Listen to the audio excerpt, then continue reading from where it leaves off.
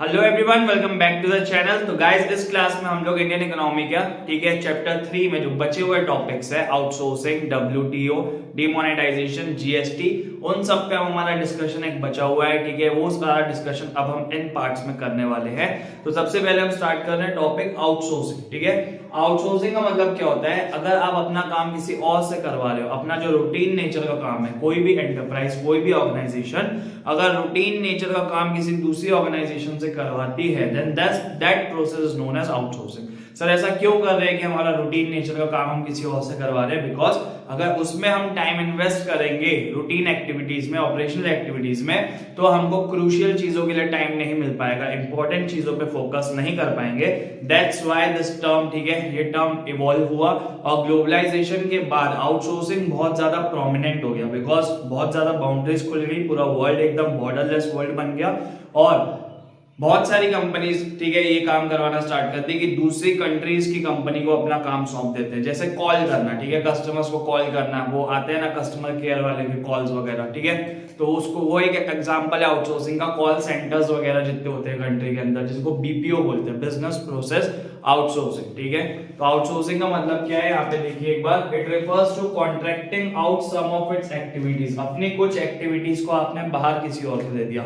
जैसे इसमें बहुत बेसिक एक्टिविटीज भी आ जाती है, जैसे सिक्योरिटी गार्ड। अगर आप अपनी कंपनी में डायरेक्टली सिक्योरिटी गार्ड्स को अपॉइंट नहीं करना चाहते हो, तो आप किसी सिक्योरिटी एजेंसी को कॉन्ट्रैक्ट दे सकते हो कि वो लोग डेली बेसिस पे आपके यहाँ गार्ड्स भेजेंगे। ऐसी कंपनीज हाउस क्लीनिंग की सर्विसेज जो होती है वो आउटसोर्स कर देती है कि ये काम किसी और को दे दिया, वो लोग आएंगे डेली बेसिस पे काम करेंगे, चले जाएंगे, हमको टेंशन लेने की जरूरत नहीं है। So these are the main work also जो आउटसोर्स किया जाता है। ठीक है, और साथ ही साथ बहुत सारे टेक्निकल कामों को भी आउटसोर्स कर सकते हैं। तो दो टाइप की आउटसोर्सिंग होती है, आप लोगों ने पढ़ा हुआ है 11th क्लास में, बीपीओ और केपीओ। ठीक है, तो नॉर्मल अगर रूटीन एक्टिविटीज अपन आउटसोर्स कर रहे हैं तो this becomes part of BPO, business process outsourcing.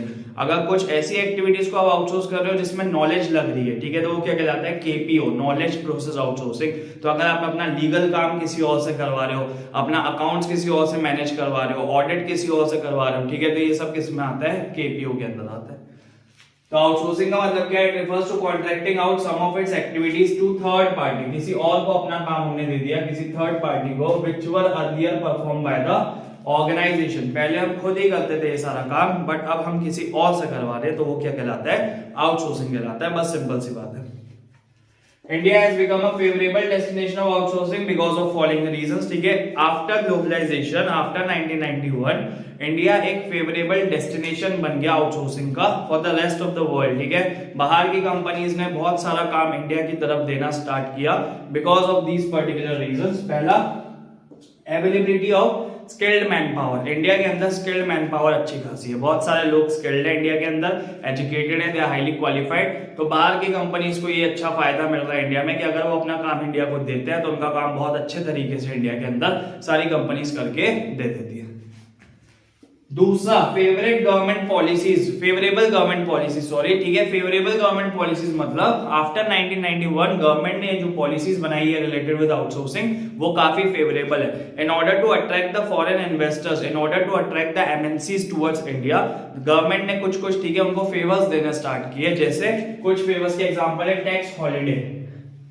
Tax holiday का मतलब क्या होता है कि कुछ टाइम के लिए गवर्नमेंट उनको क्या कर देती है, उनको बोल देती है कि आपको टैक्स पे करने की जरूरत नहीं है। अगर कोई एमएनसी इंडिया में आती है काम करने के लिए तो उनको बोल देगी गवर्नमेंट कि सपोज आपको 2 साल टैक्स पे करने की जरूरत नहीं है, तो that period is known as tax holiday period. तो उनके लिए अट्रैक्टिव एक स्कीम हो जाती है गवर्नमेंट के द्वारा कि यार हम जिस कंट्री में काम करने जाएंगे तो हमको टैक्स पे नहीं करना पड़ेगा 2 सालों तक, तो हम अच्छा पैसा 2 सालों में कमा सकते हैं। ठीक है, उसके बाद फिर टैक्स पे करना स्टार्ट करेंगे। दूसरा होता है टैक्स कंसेशन दे सकती है गवर्नमेंट कुछ कंपनीज को कि बाकी कंपनीज को सपोज 30% टैक्स लगा रहा है तो आप 20% टैक्स दे देना, तो ये क्या हो गया? टैक्स कंसेशन हो गया। So these are the favourable schemes made by the government in order to attract the foreign, ठीक है, कंपनीज, ताकि ज्यादा से ज्यादा लोग इंडिया में आके बिजनेस करें।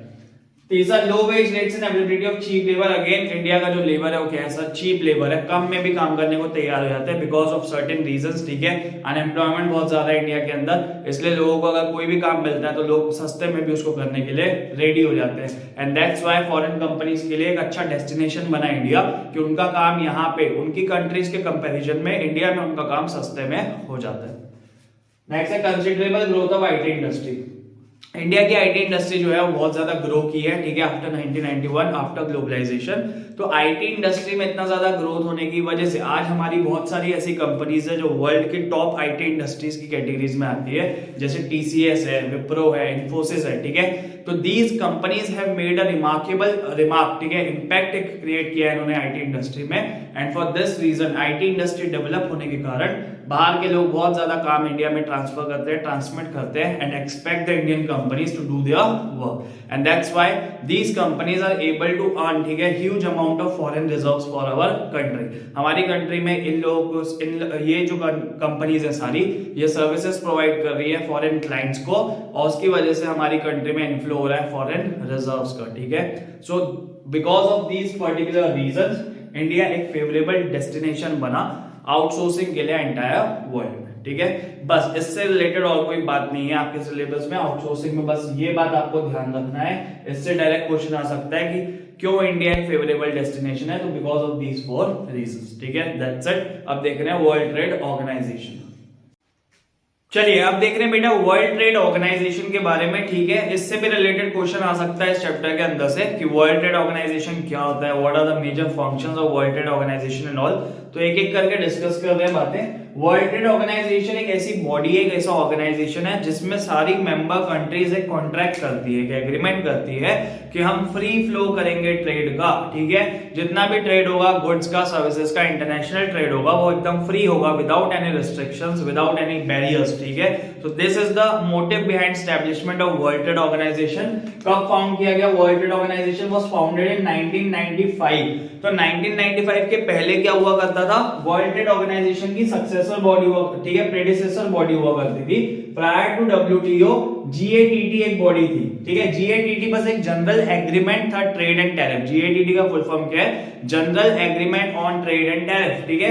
It was an agreement between certain countries कि हम लोग जो ट्रेड करेंगे वो बिना किसी रिस्ट्रिक्शंस के एकदम फ्री फ्लो करेंगे ट्रेड का। तो GATT was established as global trade organisation WTO के पहले 1948 में बन गया था जीएटीटी। उस टाइम कितनी मेंबर कंट्रीज थी जीएटीटी में? 1948 में 23 मेंबर कंट्रीज हुआ करती थी, ठीक है, in GATT. But in 1995 WTO was founded। तो आपको डेट वाली याद रखनी है, ठीक है। WTO कब फाउंड किया गया? 1995 में। और WTO किसकी सक्सेसर बॉडी है? GATT की। ये MCQs में आ चुका है 2-3 बार पास्ट एग्जाम्स में भी, ठीक है। इंपॉर्टेंट डेट्स है, आपको याद रखनी पड़ेगी। WTO कब सेटअप हुआ था? 1995 में। GATT कब बना था? 1948 में। WTO किसकी सक्सेसर बॉडी है? GATT की सक्सेसर बॉडी है। क्लियर है? एट प्रेजेंट कितनी कंट्रीज है WTO के अंदर? 164 मेंबर्स। अगेन ये आपको फिगर याद रखना पड़ेगा कि एट प्रेजेंट MCQs वगैरह में आ सकता है। At present there are 164 member countries in WTO। कितनी मेंबर कंट्रीज है सर WTO में? 164 मेंबर कंट्रीज है, ठीक है। ये चीज याद रखना। मेजर फंक्शंस क्या क्या है WTO के? क्या क्या एक्टिविटीज है, क्या क्या फंक्शंस है जो WTO परफॉर्म करता है? सबसे पहला, टू फैसिलिटेट इंटरनेशनल ट्रेड। जो काम के लिए सेटअप किया गया WTO वही काम करता है कि जितने भी टाइप का इंटरनेशनल ट्रेड हो, चाहे बायलैटरल ट्रेड हो या मल्टीलैटरल ट्रेड हो। अब ये बायलैटरल ट्रेड का मतलब क्या होता है? अगर दो कंट्रीज के बीच में ट्रेड हो रहा है, ठीक है, इंडिया और चाइना के बीच में ट्रेडिंग हो रही है तो उसको बोलेंगे बायलैटरल ट्रेड। अगर दो से ज्यादा कंट्रीज के बीच में ट्रेड हो रहा है तो उसको क्या बोलेंगे? Multilateral trade. बस सिंपल सी बात है। दो कंट्रीज में ट्रेडिंग हो रही है तो बायलैटरल है, दो से ज्यादा कंट्रीज में हो रही है तो मल्टीलैटरल है, बस। तो जितने भी टाइप का इंटरनेशनल ट्रेड हो रहा है ना, उनको फैसिलिटेट करने का काम करता है कौन? WTO, by removing all the restrictions and barriers, ताकि कोई भी कंट्री किसी दूसरी कंट्री पे कोई रिस्ट्रिक्शन, कोई बैरियर ना लगा पाए। दूसरा, to establish a rule based trading regime. इन्होंने एक प्रोसेस बना दी ट्रेडिंग करने की, रूल बेस्ड। तो सारे रूल्स एंड रेगुलेशंस बना दिए WTO ने, सारी मेंबर कंट्रीज ने एग्रीमेंट करके कि ये सारे रूल्स हम फॉलो करेंगे जब भी हम इंटरनेशनल ट्रेड करेंगे किसी दूसरी कंट्री के साथ, ताकि कोई भी एक कंट्री रूल्स को मैनिपुलेट ना कर सके, ठीक है, अपने हिसाब से टर्म्स एंड कंडीशंस ना रख सके। एक कॉमन ग्राउंड हो सबके लिए ट्रेड करने का। दैट्स व्हाई पहले से ही रूल्स रेगुलेशंस बना दिए कि भैया ये सारे रूल्स रेगुलेशंस हैं जो सारी कंट्रीज को फॉलो करने पड़ेंगे। तीसरा, to enlarge production and trade of services, की गुड्स के अलावा सर्विसेज भी ज्यादा से ज्यादा प्रोड्यूस हो, सर्विसेज की भी ज्यादा से ज्यादा ट्रेडिंग हो, ठीक है, ये इंश्योर करता है WTO। उसके अलावा to ensure optimum utilisation of world resources, पूरे वर्ल्ड में जितने भी रिसोर्सेज है सब क्या हो, ऑप्टिमली यूटिलाइज हो, अच्छे से यूटिलाइज हो, वेस्ट ना हो रिसोर्सेज, तो WTO ये चीज इंश्योर करता है। अब सपोज अगर आप ऑयल की बात करो, क्रूड ऑयल की बात करो, तो कुछ पार्ट्स ऑफ वर्ल्ड में निकलता है, ठीक है, जैसे सऊदी अरेबिया वगैरह में क्रूड ऑयल का अच्छा रिजर्व्स है, ईरान इराक में अच्छे रिजर्व्स है। तो अगर वर्ल्ड बताओ आप इंटरनेशनल ट्रेड ना हो, अगर इंटरनेशनल ट्रेड ना हो तो इतने ज्यादा ऑयल का वो लोग कुछ कर पाएंगे क्या? उनके लिए कोई यूज है क्या उस चीज का? नहीं है यूज, ठीक है। तो वो अगर फ्लो ही नहीं हो पाएगा दूसरी कंट्री में, दूसरी कंट्रीज में जा ही नहीं पाएगा बिकॉज ऑफ इंटरनेशनल ट्रेड, तो वो रिसोर्सेज क्या हो जाएंगे? वेस्ट हो जाएंगे, ठीक है। तो WTO इंश्योर करता है कि जितने भी वर्ल्ड के अंदर रिसोर्सेज है उनका ऑप्टिमल यूटिलाइजेशन होना चाहिए, फुल यूटिलाइज होने चाहिए सारे रिसोर्सेज। और लास्ट है to protect the environment, WTO ये इंश्योर करता है कि ऐसे गुड्स की ट्रेडिंग ना हो बिल्कुल भी जिससे एनवायरनमेंट को हार्म हो, एनवायरनमेंट पोल्यूट हो। तो this is also a motive, ठीक है, कि हमको सारा इंटरनेशनल ट्रेड करना है but keeping in mind the protection of environment also, कि एनवायरनमेंट को हार्म नहीं होना चाहिए। सो बस these are the basic functions which are perform by WTO, ठीक है, वर्ल्ड ट्रेड ऑर्गेनाइजेशन ये सारे फंक्शंस परफॉर्म करता है। अब इंडिया तो मेंबर है WTO का, ठीक है, India is an important member of WTO। India हमेशा फोरफ्रंट पे रहता है, जितने भी रूल्स वगैरह बनते हैं, ठीक है, इंडिया भी वो मीटिंग्स में जाते हैं, इंडिया के रिप्रेजेंटेटिव भी सारा, ठीक है, उनके डिसीजन के, उनके कंसाइंस के हिसाब से डिसीजंस वगैरह लिए जाते हैं। तो अब कुछ इकोनॉमिस्ट ना डिबेट कर रहे हैं इस चीज पे कि should India B a member of WTO, क्या इंडिया को WTO का मेंबर रहना चाहिए या मेंबरशिप छोड़ देनी चाहिए WTO की, ठीक है। तो इससे रिलेटेड कुछ इकोनॉमिस्ट क्या बोलते हैं कि नहीं, इंडिया को WTO का मेंबर नहीं रहना चाहिए। अब वो लोग का क्या ओपिनियन है ये देख रहे हैं अपन, ठीक है, क्यों ऐसा बोल रहे हैं कि इंडिया को WTO का मेंबर नहीं रहना चाहिए। तो मेजर वॉल्यूम ऑफ, उन लोगों का क्या कहना है, major volume of international trade जो होता है ना अमंग डेवलप्ड कंट्रीज होता है। इंडिया डेवलप कंट्री है क्या सर? नहीं है, India is a developing country, under develop country है इंडिया आज की डेट में। तो उन लोगों का कहना क्या है इकोनॉमिक्स का, यही बात याद करो, हमने लास्ट पार्ट में ग्लोबलाइजेशन के अंदर पढ़ी है, ग्लोबलाइजेशन के जो नेगेटिव इफेक्ट्स देख रहे थे ना, याद है, ठीक है। तो ग्लोबलाइजेशन के जो नेगेटिव इफेक्ट है वो यही तो थे कि जो मेजर वॉल्यूम ऑफ ट्रेड होता है वो डेवलप्ड कंट्रीज के बीच में होता है, और बेचारी जो डेवलपिंग कंट्रीज है they are forced to open up their market for the developed countries. Developed countries आके अपने गुड्स तो वहां बेच देती है, बट डेवलपिंग कंट्रीज की कंपनी सेम क्वांटिटी के गुड्स दूसरी कंट्री में जाके नहीं बेच पाती है, at the end developing countries only suffer in the long run, ठीक है। तो वही बात यहाँ पे लिखी है, जो इकोनॉमिस्ट बोल रहे हैं कि इंडिया को WTO का मेंबर नहीं रहना चाहिए, वो यही बात बोल रहे हैं कि मेजर वॉल्यूम इंटरनेशनल ट्रेड का जो होता है वो डेवलप कंट्रीज के बीच में होता है, तो डेवलपिंग कंट्रीज के तो कोई फायदे की बात इसमें है ही नहीं। और दूसरी चीज, developing countries are being cheated to open up market for developed countries. सीधी सी बात है कि डेवलपिंग कंट्रीज को अल्टीमेटली सफर करना पड़ रहा है, हमें अपना मार्केट दूसरी कंट्रीज के लिए ओपन करना पड़ रहा है, and not allowed to access market of developed countries. उस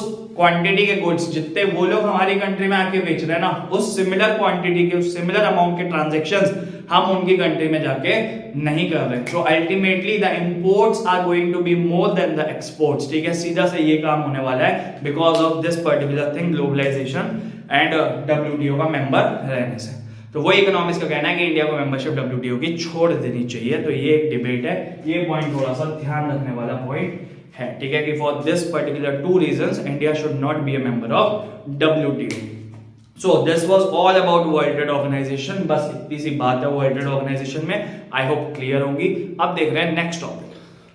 चलिए बच्चों, अब देख रहे हैं एक बहुत इंपॉर्टेंट टॉपिक बेटा इस चैप्टर का, हम एक अप्रेजल देख रहे हैं इकोनॉमिक पॉलिसीज का, जो इकोनॉमिक रिफॉर्म्स आए हैं कंट्री के अंदर, जो न्यू इकोनॉमिक पॉलिसी बनी 1991 में, उससे क्या क्या बेनिफिट्स मिले। तो arguments in favour of economic reforms की, इकोनॉमिक रिफॉर्म से कंट्री को दीज बेनिफिट्स, ठीक है, मिले इंडिया को बिकॉज ऑफ इकोनॉमिक रिफॉर्म्स, और कुछ आर्ग्यूमेंट्स है against criticism of economic reforms की, क्या क्या चीजें गलत हो गई कंट्री के अंदर because of the economic reforms.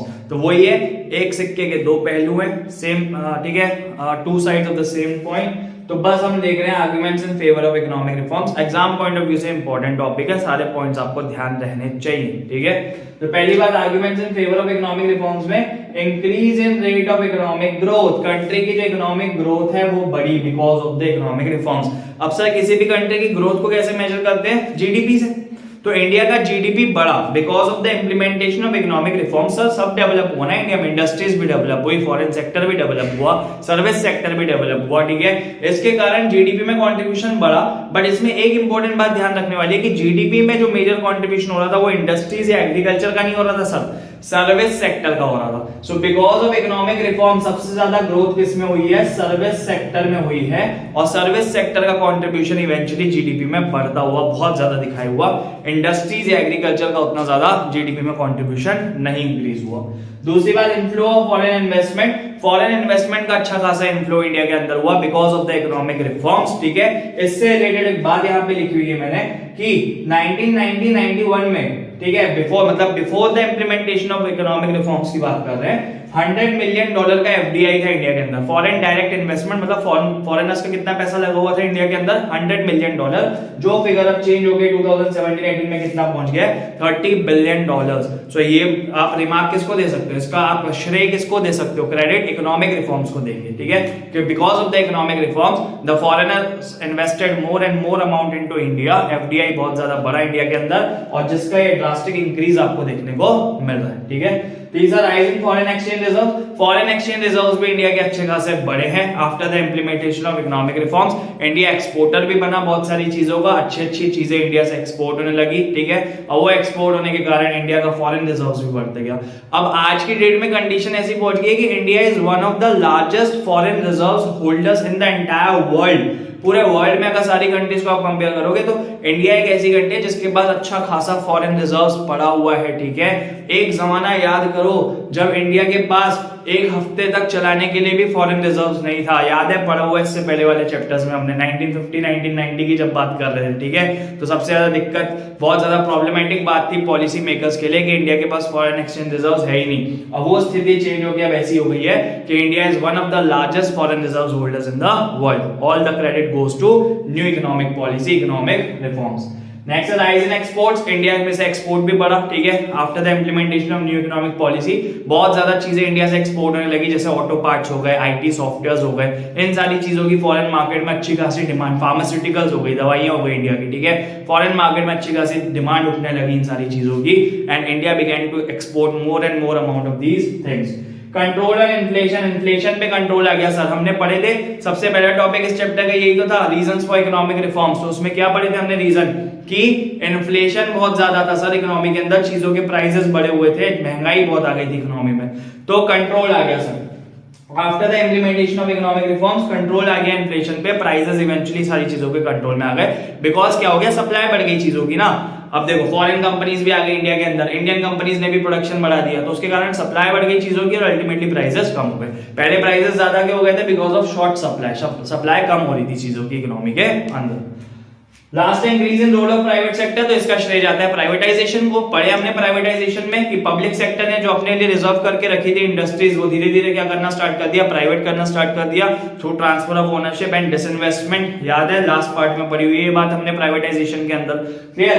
तो इंक्रीज हो गया रोल किसका, प्राइवेट सेक्टर का। प्राइवेट सेक्टर को भी बेनिफिट्स मिलने लगे, प्राइवेट सेक्टर को भी एनकरेजमेंट मिला कि हम इन एरियाज में भी काम कर सकते हैं which were earlier reserve for government only, जहां पे पहले सिर्फ गवर्नमेंट काम करती थी, अब प्राइवेट सेक्टर को भी, ठीक है, थोड़ा सा एनर्जेटिक फील होने लगा, उनको भी मजा आने लगा कि यार चलो ये इंडस्ट्री में भी हम जाके एक्सेल करेंगे, and because of this many industries started developing, ठीक है।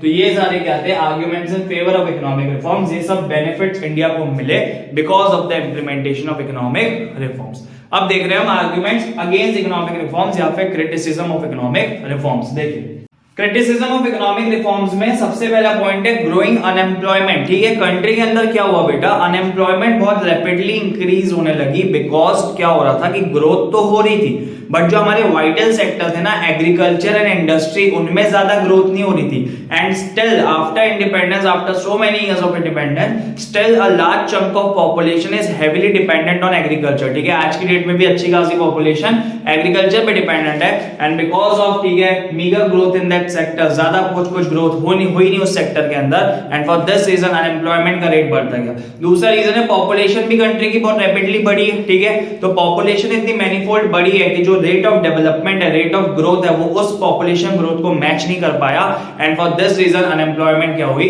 क्रिएट हो गई इकोनॉमी के अंदर। तो आज की डेट में भी अच्छी खासी अनएम्प्लॉयमेंट है इकोनॉमी के अंदर, even after implementation of economic reforms, ठीक है। दूसरी बात है नेग्लेक्ट ऑफ एग्रीकल्चर, गवर्नमेंट ने एग्रीकल्चर को पूरा का पूरा नेग्लेक्ट कर दिया आफ्टर द इकोनॉमिक रिफॉर्म्स। 1991 के बाद एग्रीकल्चर पे ज्यादा फोकस गवर्नमेंट ने नहीं किया, गवर्नमेंट ने ज्यादा फोकस किस पे किया, सर्विस सेक्टर के ऊपर किया, ठीक है। तो एग्रीकल्चर को नेग्लेक्ट करने की वजह से क्या क्या रीजन है, सबसे पहला reduction of public investment, government ने अपना जो पैसा जो गवर्नमेंट लगाती थी एग्रीकल्चर सेक्टर के अंदर इंफ्रास्ट्रक्चर को डेवलप करने में, फैसिलिटीज डेवलप करने में, वो सारा पब्लिक इन्वेस्टमेंट गवर्नमेंट ने रिड्यूस कर दिया, उसके कारण एग्रीकल्चर का उतना डेवलपमेंट नहीं हो पाया। दूसरा रिमूवल ऑफ सब्सिडी, गवर्नमेंट ने फर्टिलाइजर्स पे जो सब्सिडीज दिया करती थी ना गवर्नमेंट, जिससे फार्मर्स के लिए बहुत ज्यादा सहूलियत हो जाती थी, अब वो सब्सिडी गवर्नमेंट ने रिमूव कर दी फर्टिलाइजर से, जिससे कॉस्ट ऑफ प्रोडक्शन बढ़ गई फार्मर्स के लिए और बहुत सारे स्मॉल फार्मर्स को उस चीज का लॉस हुआ और उन्होंने खेतीबाड़ी करना बंद कर दिया। तीसरी चीज है liberalisation and reduction of import duties, import duties कम होने के कारण after the implementation of globalisation, ठीक है, इंपोर्ट ड्यूटीज क्या कर दी गई, कम कर दी गई, बैरियर्स सारे हटा दिए गए, tariff barriers, non tariff barriers, ठीक है। उसके कारण बाहर के गुड्स इंडिया के अंदर आने लगे, अब बाहर के cheaper agriculture products, cheaper raw material India के अंदर फ्लो होने लगे, तो इंडिया के रॉ मटेरियल्स, इंडिया के एग्रीकल्चर प्रोडक्ट्स की उतनी डिमांड मार्केट में नहीं बची, डिमांड इवेंचुअली क्या होने लगी, कम होने लगी, and for this reason agriculture sector में ज्यादा ग्रोथ जीडीपी में नहीं देखने को मिली, ठीक है। और लास्ट है shift towards cash crop, export friendly policies होने के कारण जो फार्मर्स थे उनको थोड़ा सा ये चीज का, ठीक है, एनकरेजमेंट मिला कि हम यार फूड ग्रेन्स को छोड़ के क्या उगाते हैं, कैश क्रॉप्स उगाते हैं, बिकॉज कैश क्रॉप्स की डिमांड इंटरनेशनल मार्केट में बहुत ज्यादा रहती है। तो फार्मर्स को ये लगा अगर हम एक्सपोर्ट करेंगे गुड्स बना के, कैश क्रॉप्स को उगा के एक्सपोर्ट करेंगे, तो we will be able to get maximum benefit out of it, and for this reason food grains का प्रोडक्शन क्या होने लगा, डिक्लाइन होने लगा। तो ये सारे रीजन थे, गवर्नमेंट ने, ठीक है, इस तरह से इन सारे तरीकों से एग्रीकल्चर सेक्टर को निग्लेक्ट किया after the economic reforms which led to decline in the agriculture sector, ठीक है। तीसरी चीज है low level of industrial growth, same वही काम इंडस्ट्रीज के साथ भी किया।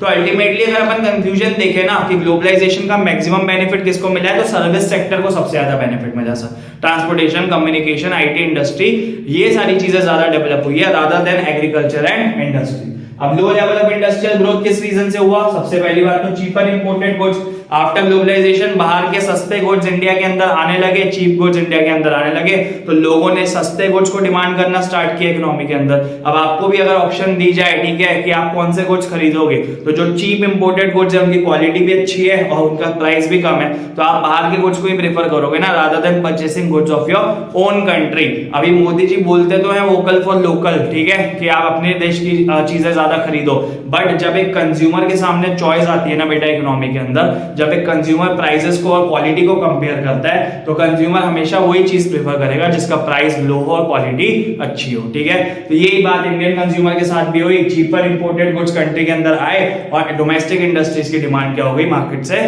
खत्म हो गई।